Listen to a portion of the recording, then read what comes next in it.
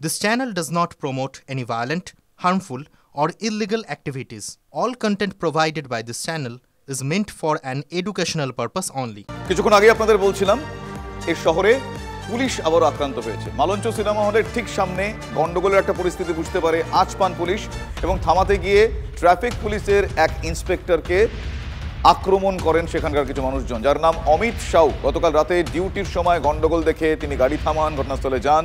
South traffic গার্ডের অতিরিক্ত officer in charge এই অমিত সাউ হঠাৎ করেই কেন পুলিশ এসেছে প্রশ্ন তুলে ইন্সপেক্টরকে বেধড়ক মারধর করেন স্থানীয় বাসিন্দার। অভিযোগ এমনটাই। এসএসকেএমের ট্রমা কেয়ার ইউনিটে চিকিৎসা হয় তার। রিজেন্ট পার্ক থানায় অভিযোগ দায়ের করা হয়েছে। দুই গোষ্ঠীর সংঘর্ষের ঘটনায় ইতিমধ্যে ধরপাকড় শুরু হয়ে গিয়েছে। ফের রাতে শহরে ট্রাফিক পুলিশকে মারধর করার অভিযোগ উঠল কয়েকজনের বিরুদ্ধে। ঘটনাটি ঘটেছে রিজেন্ট পার্ক থানা এলাকার মালঞ্চ সিনেমা হলের সামনে। অভিযোগ, গতকাল রাতে রাউন্ডে ছিলেন রিজেন্ট পার্ক থানার ট্রাফিকের একজন পুলিশ অর্থাৎ ট্রাফিক পুলিশ অমিত সাউ। তিনি যখন রাউন্ড দিচ্ছিলেন তখনই এই মালঞ্চ সিনেমা হলের সামনে যে রাস্তা রয়েছে সেখানে তিনি কিছু গন্ডগোল দেখতে পান।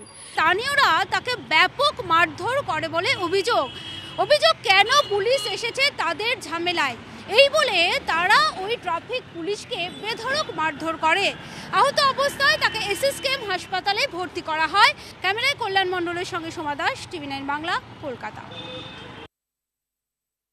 দেখুন, পুলিশের উপর মানুষের ভরসা উঠে যাচ্ছে।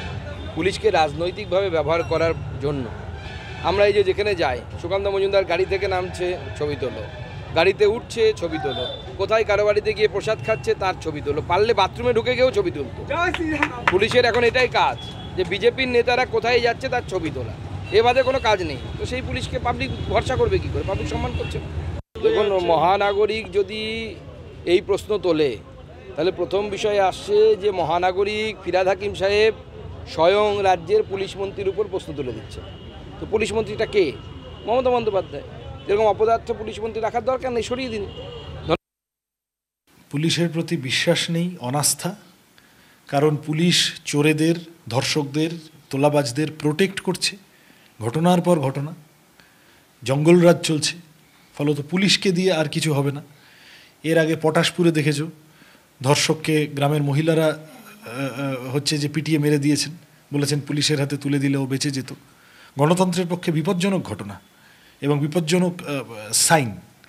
At the same time police সম্পর্কে অসহিষ্ণুতা, কারণ এই পুলিশই রক্ষক যেখানে ভক্ষক হয়ে যায় বা ভক্ষকদের প্রশ্রয়দাতা হয়ে যায়, সেখানে ন্যাচারালি সেই পুলিশ সম্পর্কে মানুষের বিশ্বাস, আস্থা থাকে না।